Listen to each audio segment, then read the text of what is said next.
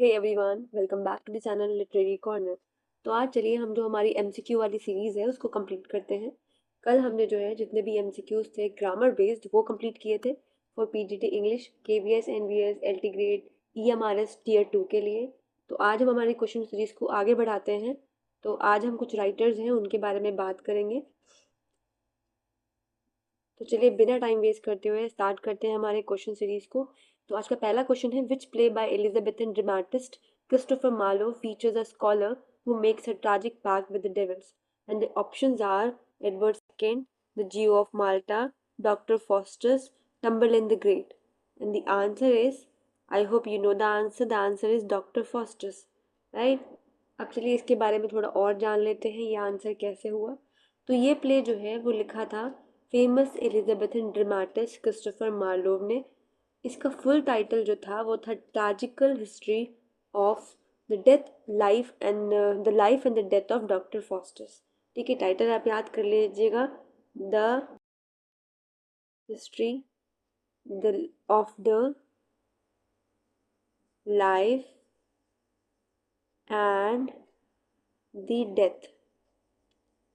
Death of doctor Faustus. ठीक है, ये नाम याद कर लीजिएगा, the life and the death of doctor Faustus. इस प्ले की हिस्ट्री एक ब्रिलियंट सेटिस्फेक्शन नहीं मिलता, इसलिए वो नेक्रोमेसी यानी ब्लैक मैजिक की तरफ चला जाता है। फॉस्टर्स एक डेमोन मीफिस्टोफेलिस को समन करता है, फिर वो लूसीफर के साथ एक डील करता है। डील ये होती है कि 24 ईयर्स तक यानी कि 24 साल तक अनलिमिटेड पावर, नॉलेज और प्लेजर मिलेगा, लेकिन उसके बदले में, उसके एक्सचेंज में फॉस्टर्स को क्या करना होगा, अपनी सोल देनी होगी। तो ये था थोड़ी सी बिहाइंड द समरी जो मतलब इस प्ले से रिलेटेड है। थोड़ी सी और बता दूं मैं आपको इसके बारे में। स्टार्टिंग में फॉस्टर्स अपनी पावर एंजॉय करता है, लेकिन जैसे जैसे टाइम ख़त्म होने लगता है उसे अपनी गलती का एहसास होता है, पर तब तक बहुत लेट हो चुका होता है। एंड में डेविल्स उससे हेल में ले जाता है, और इसी ट्रैजिक एंडिंग की वजह से ये प्ले एक क्लासिक ट्रेजिडी बन जाता है। बाकी ऑप्शंस भी समझ लेते हैं हम। बाकी ऑप्शंस कौन से हैं? Edward second, the Jew of Malta and the tumble in the great. Edward second जो है एक पॉलिटिकल डाउनफॉल पर बेस्ड हिस्ट्री प्ले है जो बेन जॉनसन ने लिखा था। द जियो ऑफ माल्टा जो कि राइज होने की जो पावर की स्टोरी है वो है एक्चुअली, और ये किसने लिखा था? I don't remember the name, I think ये शेक्सपियर ने लिखा था। प्लीज़ कमेंट बिलो ये किसने लिखा था, मुझे कमेंट करके बताइए। आगे चलते हैं हमारे नेक्स्ट क्वेश्चन की तरफ। आई होप ये क्वेश्चन आपको अच्छे से क्लियर हो गया होगा। नेक्स्ट क्वेश्चन की तरफ चलते हैं। Which poet from romantic era is renowned for the lines beauty is truth, truth beauty, that is all ye know on earth and ye all ye need to know. तो ये lines किसकी हैं, किसने लिखी है? रोमांटिक एरा के renowned जो poet भी रहे हैं। तो ऑप्शंस हैं William Wordsworth, John Keats, Samuel Taylor Coleridge and Alexander Pope. अगर हम ऑप्शंस को ध्यान से देखें तो उसमें अलेक्जेंडर पोप तो रोमांटिक एज से बिलोंग नहीं करते हैं। जॉन कीट्स की एक पोएम है, उस पोएम की ये लाइंस हैं, beauty beauty is truth, truth is beauty. और ये किस पोएम की लाइन है?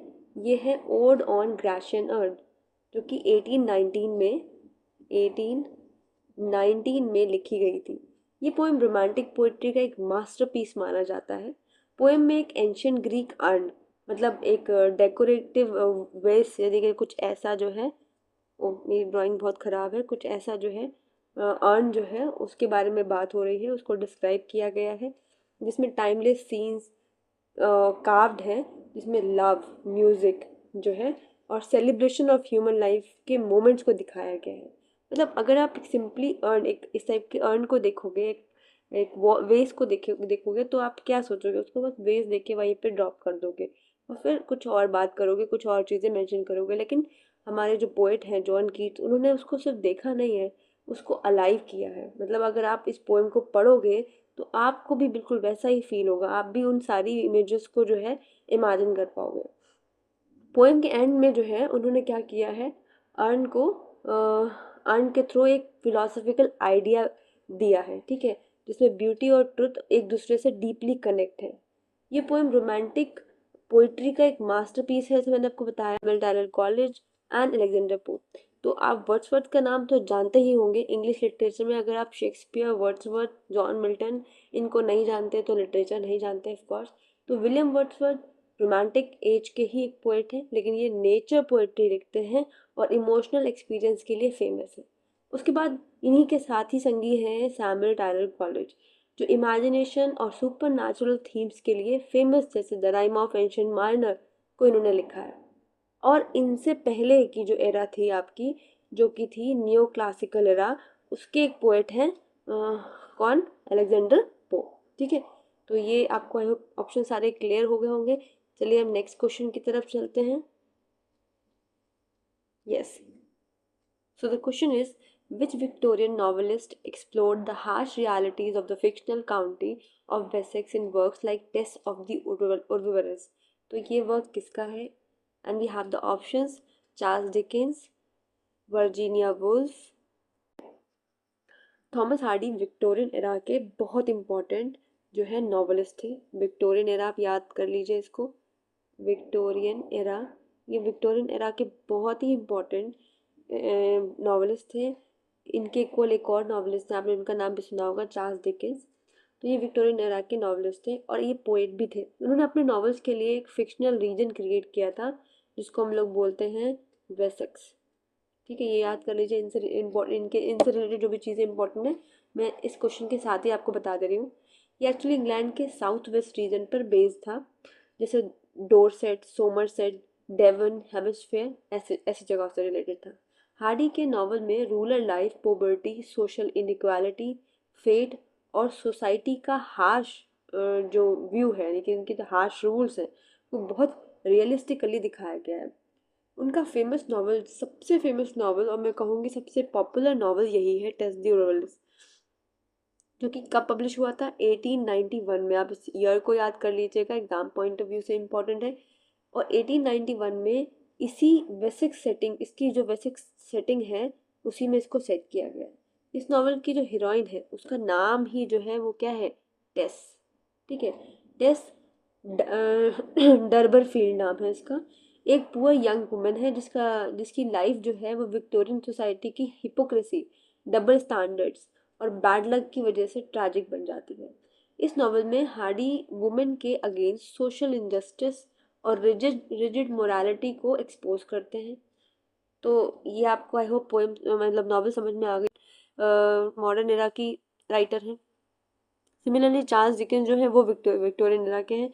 जॉर्ज ऑरवेल भी जो है इस एरा के नहीं है। तो दो ऑप्शन तो आप यहीं पे एलिमिनेट कर लेते, तो बचते हमारे Charles Dickens and Thomas Hardy. तो इसका आंसर थॉमस हार्डी होता है। तो बाकी समझ लेते हैं इन बाकी के राइटर्स को भी।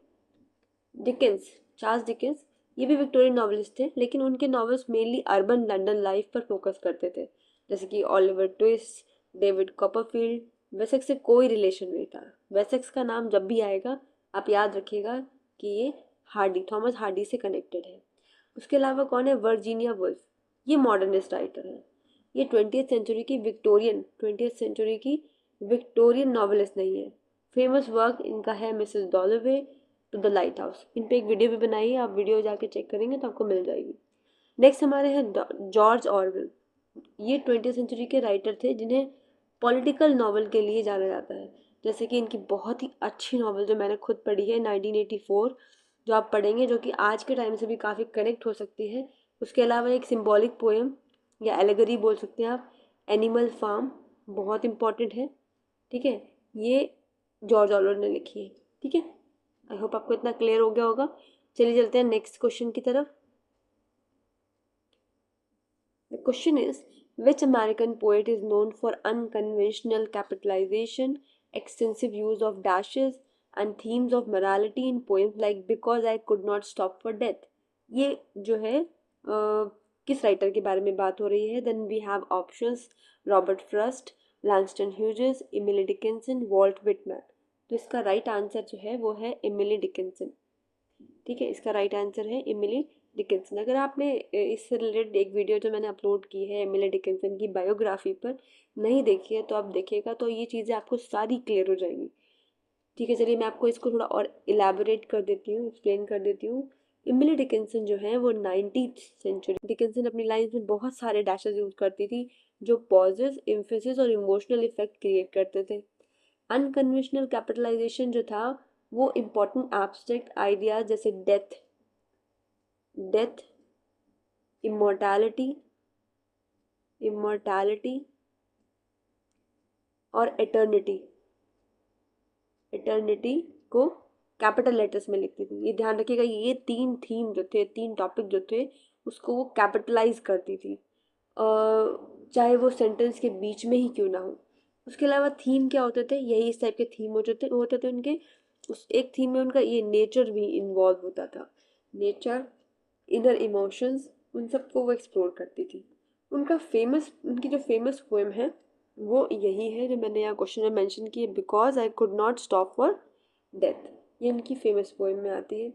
इस पोएम में डेथ को एक पोलाइट जेंटलमैन के रूप में जो पर्सोनिफाई है वो किया गया है, जो स्पीकर को कैरेज राइड पर ले जाता है, जो एक्चुअली लाइफ से इटर्निटी तक की जर्नी का सिंबल है। ठीक है, कैसे हमारी लाइफ जो है वो डेथ की तरफ जाती है, इटर्निटी की तरफ जाती है, उस चीज़ का सिंबल यहाँ पे उन्होंने दिखाया है।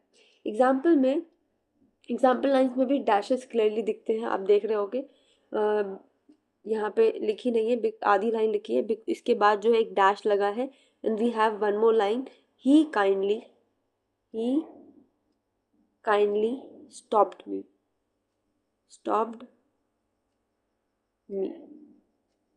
ठीक है, तो ये पूरी लाइन है, because I could not stop for death, he kindly stopped me, ये लाइन है। तो ये स्लो रिदम और रिफ्लेक्टिव टोन भी क्रिएट करता है।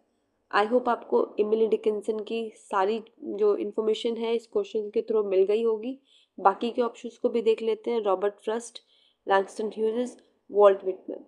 रॉबर्ट फ्रस्ट जो है वो फर्स्ट रूलर न्यू इंग्लैंड और नेचर थीम के लिए फेमस है, जैसे कि द रोड नॉट टेकन उनका बेस्ट वर्क है, और आई थिंक ये एनसीईआरटी में गिवन भी है। उनके स्टाइल, सिंपल कन्वर्सेशनल स्टाइल, सबको वो शो करता है। लैंगस्टन ह्यूजेस का जो हर्लम रेनेसा है वो एक मूवमेंट।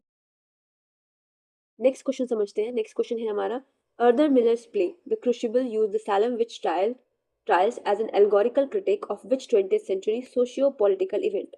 तो यहाँ पे देखिए, अर्दर मिलर का एक प्ले है क्रूशिबल, और उसमें यूज हुआ है सैलम विच ट्रायल्स, जो कि एक पॉलिटिकल एल्गोरिकल क्रिटिक है। 20th सेंचुरी में कौन से पॉलिटिकल इवेंट में ये आया था, ये बताना है हमें। ठीक है, तो we have the option, the great depression, McCarthyism and the red scare, civil right movement, the Vietnam war. ठीक है, तो करेक्ट आंसर क्या है इसका? The correct answer is McCarthy and the red scare. कैसे, चलिए समझते हैं। जैसे कि मैंने आपको बताया कि ये प्ले लिखा था अर्दर मिलर ने। उनका फेमस ड्रामा है द क्रूशिबल, ठीक है, जो कि कब आया था? 1953 में आया था। आउटवर्डली ये कब आया था? 1692 के सैलम विच ट्रायल में डिपिक्ट हुआ था। ठीक है, ये उस चीज़ को डिपिक्ट करता है। मतलब देखिए, पब्लिश हुआ था 1953 में, लेकिन डिपिक्ट कब के किस टाइम को करता है? ये 1692 का जो सैलम विच ट्रायल था उसको डिपिक्ट करता है। लेकिन एक्चुअली में ये था क्या? ये एक एलगोरी थी, विच इज़ पॉलिटिकल एलगोरी। ठीक है, तो ये मिलर ने सैलम के विच ट्रायल को यूज़ किया था मैकार्थिज्म और रेड स्कार को क्रिटिसाइज करने के लिए। इनको क्रिटिसाइज करने के लिए जो है अर्दर मिलर ने ये यूज़ किया था। थोड़ा सा और अच्छे से एक्सप्लेन करती हूँ इसको, आपको समझ आ जाएगा। एक्चुअली 1950 में अमेरिका में लोगों पर कम्युनिस्ट होने का सस्पिशन लगाया जा रहा था। सीनेटर जो थे एक जोसेफ मैकार्थी, और हाउस अमेरिकन एक्टिविटीज़ कमेटी लोगों को इन्वेस्टिगेट करते थे। तो बहुत बार एक्विजिशन विदाउट प्रॉपर एविडेंस होती थी, यानी कि बिना किसी पेपर वर्क के उनको एक्यूज मान लिया जाता था, तो लोगों को ब्लैकलिस्ट में डाल दिया जाता था, और उनके जो कैरियर्स थे वो कम्प्लीटली डिस्ट्रॉय हो जाते थे। तो एग्जैक्टली इसी तरह साइलेंट ट्रायल्स में भी हुआ था। फियर और हिस्टीरिया स्प्रेड हो गया था, फॉल्स एक्विजिशंस लग रहे थे, इनोसेंट लोगों को पनिशमेंट दी जा रही थी। इसीलिए Salem which is equals to communist का फियर का सिंबल पैरेलल बनाकर बन जाता है, तो जो कि अर्दर मिलर ने अपने प्ले में यूज़ किया था। ठीक है, तो यही यहाँ पे बताया जा रहा है कि जो मतलब कौन सा इवेंट था जिसमें इन्होंने इसको यूज़ किया था, that was McCarthy's and red scare. I hope ये क्लियर हो गया होगा आपको। Next we have 3 more options, the great depression, the civil right movement, the Vietnam war. इनको भी समझ लेते हैं। चलिए, ये ग्रेट डिप्रेशन क्या है? ये ग्रेट डिप्रेशन जो है वो 1930 का जो है एक इकोनॉमिक क्राइसिस था। ठीक है, इकोनॉमिकली जो क्राइसिस आए थे उसको ग्रेट डिप्रेशन नाम दिया गया था। उसके अलावा सिविल राइट मूवमेंट्स क्या है? रेशियल इक्वालिटी के लिए जो स्ट्रगल था, मतलब रेशियल मतलब रेसिस के बिहाफ पे जो इक्वालिटी चाहिए थी लोगों को, उसके लिए एक मूवमेंट चलाया था जिसको सिविल राइट मूवमेंट बोला गया है। ठीक है, उसके अलावा जो लास्ट ऑप्शन है हमारा वियतनाम वॉर, ये क्या है, 1960 टू 70 जो है एक कॉन्फ्लिक्ट था जो प्ले के कॉन्टेक्स्ट से रिलेटेड, मतलब रिलेटेड नहीं होता था, तो उसे वियतनाम वॉर कहा गया है। इसको बहुत इलेबोरेट करने के लिए हमारे पास में टाइम नहीं है, इसलिए मैंने बहुत शॉर्ट में इसको कंप्लीट कर दिया है। तो आई होप आपको ये समझ आ गया होगा। नेक्स्ट क्वेश्चन की तरफ चलते हैं। हमारा नेक्स्ट क्वेश्चन है, okay, which prominent Indian author created the beloved fictional South Indian town of Malgudi? तो we have the option Mulkraj Anand, Amitabh Ghosh, R K Narayan and Vikram Sen. तो the correct answer is R K Narayan. तो आर के नारायण एक इंग्लिश लिटरेचर के सबसे famous writer में से एक हैं। उन्होंने एक फिक्शनल टाउन जो क्रिएट किया था जिसका नाम मैंने आपको अभी बताया मालगुडी है। मालगुडी एक्चुअली एक इमेजिनरी साउथ इंडियन टाउन है, लेकिन नारायण ने इसको इतना रियलिस्टिक डिस्क्राइब किया है कि रीडर्स को लगता है कि जैसे ये कोई रियल सिटी है, एक्चुअली ये एग्जिस्ट करती है। उनके बहुत सारे फेमस वर्क्स इसी टाउन में सेट हैं, जिसमें आते हैं Swami and friends, the guide, Malgudi days. तो नारायण जी की राइटिंग की खास बात ये थी कि वो सिंपल लैंग्वेज को, एवरीडे लाइफ को, मिडिल क्लास या कैरेक्टर्स और लाइट ह्यूमर को जो है इस तरह एक्सप्रेस करते थे कि वो बहुत ही ज़्यादा फेमिलियर लगता था। आई होप आपको इतना क्लियर हो गया होगा। चलिए बाकी के ऑप्शंस भी देख लेते हैं। बाकी के ऑप्शंस वी हैव मुल्कराज आनंद, ये इनके कंटेम्प्रेरी थे, सोशल इश्यूज पर नॉवेल्स लिखते थे, जैसे अनटचेबल और कुली इनके बहुत फेमस नॉवेल्स हैं। उसके अलावा हमारे पास है अमिताभ घोष, ये भी आपके सिलेबस में है।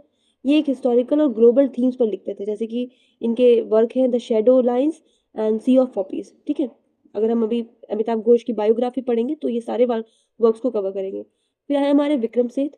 विक्रम सेठ का आपने नाम सुना होगा, ये भी एक फेमस नॉवेलिस्ट है। इनका फेमस नॉवल है अ सूटेबल बॉय, उसके लिए ही ये बहुत फेमस है, उसके लिए ही जाने जाते हैं। तो आई होप आपको ये क्वेश्चन अच्छे से क्लियर हो गया होगा। चलिए नेक्स्ट क्वेश्चन देख लेते हैं। Gabriel Garcia Marquez is most heavily associated with which literary style? Options are magical realism, naturalism, theatre of absurd, stream of consciousness. The answer is magical realism, option A. चलिए इसको अच्छे से समझ लेते हैं। गैब्रियल ग्राशिया मार्केस ये world literature के बहुत फेमस राइटर हैं और उनका नाम मैजिकल रियलिज्म स्टाइल के साथ सबसे ज़्यादा एसोसिएटेड है। मैजिकल रियलिज्म क्या होता है? ये जो है एक मतलब वर्ल्ड के अंदर, रियलिस्टिक वर्ल्ड के अंदर आता है। मैजिकल यानी कि सुपर नेचुरल इवेंट्स को बिल्कुल नॉर्मल तरीके से प्रेजेंट करना जो है वो मैजिकल रियलिज्म कहलाता है। यानी कि जैसे कि इस तरह उसे इस्तेमाल करना, इस तरह उसे प्रेजेंट करना अपने वर्क में कि मैजिक्स को जो है नॉर्मल डे लाइफ की तरह लिया जाए। जनरली मैजिक्स जो है उन पर ट्रस्ट करना ईजी नहीं होता है, लेकिन जब हम नॉवेल्स पढ़ते हैं या कोई मूवी देखते हैं तो मैजिक को एक बहुत ही कॉमन सी चीज़ लेते हैं और हम सोचते हैं कि हाँ एक्चुअली ये एग्जिस्ट करता है। तो उस पर ये जो है अपने नॉवेल्स लिखते थे। उनका सबसे फेमस नॉवल था 100 ईयर्स ऑफ सॉलिट्यूड। इस नॉवल में फिक्शनल टाउन मैकोंडो में बहुत अनयूजुअल और मैजिकल इवेंट्स होते हैं, लेकिन कैरेक्टर्स उन्हें बिल्कुल नॉर्मल लाइफ की तरह या नॉर्मल लाइफ का पार्ट समझते हैं। इसी मैजिक प्लस रियलिटी को, जो ये कह सकते हैं आप, रियलिटी प्लस जो मैजिक है, ठीक है, इसका जो कॉम्बिनेशन है, इस कॉम्बिनेशन को ही मैजिकल रियलिज्म कहते हैं। आई होप आपको ये क्लियर हो गया होगा अबाउट गैब्रियल ग्राशिया मार्केस के बारे में। बाकी ऑप्शंस देख लेते हैं। बाकी ऑप्शंस में आता है नेचुरलिज्म, ये साइंटिफिक रियलिज्म और एनवायरनमेंट के इन्फ्लुएंस को हाईलाइट करता है। ठीक है, थिएटर ऑफ ऑब्जर्व, ये क्या होता है? ड्रामा मूवमेंट है ये एक्चुअली। इसके बहुत फेमस राइटर हैं, आपने नाम सुना होगा सैमुअल बेकेट और लोनेस्को। और लास्ट हमारा जो है स्ट्रीम ऑफ कॉन्शियसनेस में क्या होता है? जितने भी प्ले में, जितने भी शॉर्ट स्टोरीज में वर्क कैरेक्टर्स दिखाए जाते हैं, उनके इनर थॉट्स को जो है, उनके इनर थॉट्स के जो कंटिन्यूस फ्लो है उसको दिखाया जाता है, उसको एज अ जो है पार्ट ऑफ स्टोरी दिखाया जाता है। तो that is called stream of consciousness. और इसके जो फेमस राइटर है वो है जेम्स जॉयसी और वर्जीनिया वुल्फ। तो आई होप आपको इतना अच्छे से क्लियर हो गया होगा। चलिए नेक्स्ट क्वेश्चन देखते हैं।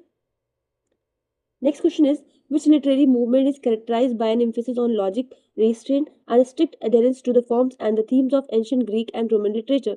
तो इसके बारे में समझ लेते हैं हम। इसके ऑप्शंस हैं रोमांटिसिज्म, पोस्ट मॉडर्निज्म, क्लासिसिज्म और स्ट्रक्चरलिज्म। तो करेक्ट आंसर है क्लासिसिज्म, ऑप्शन सी। तो ये करेक्ट आंसर है क्लासिसिज्म। चलिए इसको समझते हैं अच्छे से। क्लासिसिज्म एक लिटरेरी मूवमेंट है जो एंशियंट ग्रीक और रोमन लिटरेचर के आइडियल्स को फॉलो करता है।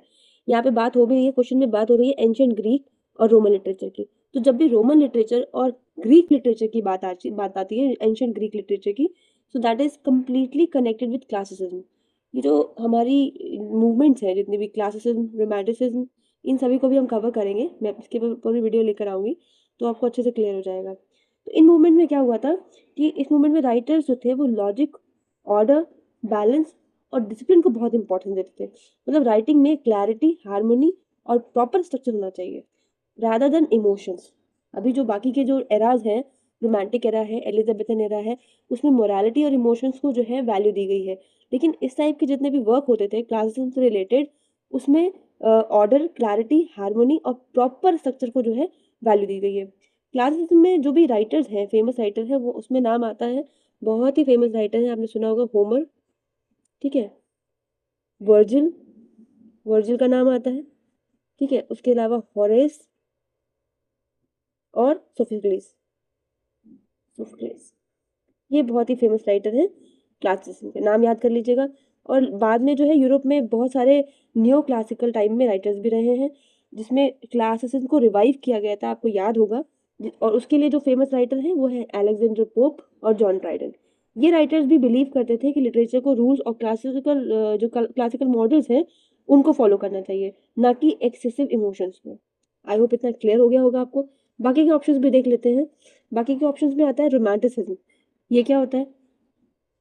रोमांटिसिज्म एक इमोशन, इमेजिनेशन और इंडिविजुअल फ्रीडम पर फोकस करता है, बिल्कुल ऑपोजिट क्लासिसिज्म के। ठीक है, ये इमोशंस को वैल्यू देता है, इमेजिनेशंस की बात करता है और इंडिविजुअल जो फ्रीडम है उस पर फोकस करता है। उसके बाद नेक्स्ट है हमारा पोस्ट मॉडर्निज्म। ये क्या है? पोस्ट मॉडर्निज्म में फ्रेगमेंटेशन, आयरनी और एक्सपेरिमेंटेशन को प्रमोट किया गया है। जो मॉडर्निज्म के जस्ट बाद का जो टाइम है, उस मूवमेंट को हमने पोस्ट मॉडर्निज्म कहा है। नेक्स्ट है हमारा स्ट्रक्चरलिज्म। स्ट्रक्चरलिज्म क्या है? ये एक्चुअली एक क्रिटिकल थ्योरी है जो लैंग्वेज और स्ट्रक्चर को एनालाइज करती है। ठीक है, लैंग्वेज और उसके स्ट्रक्चर को एनालाइज करती है। नेक्स्ट क्वेश्चन समझ लेते हैं।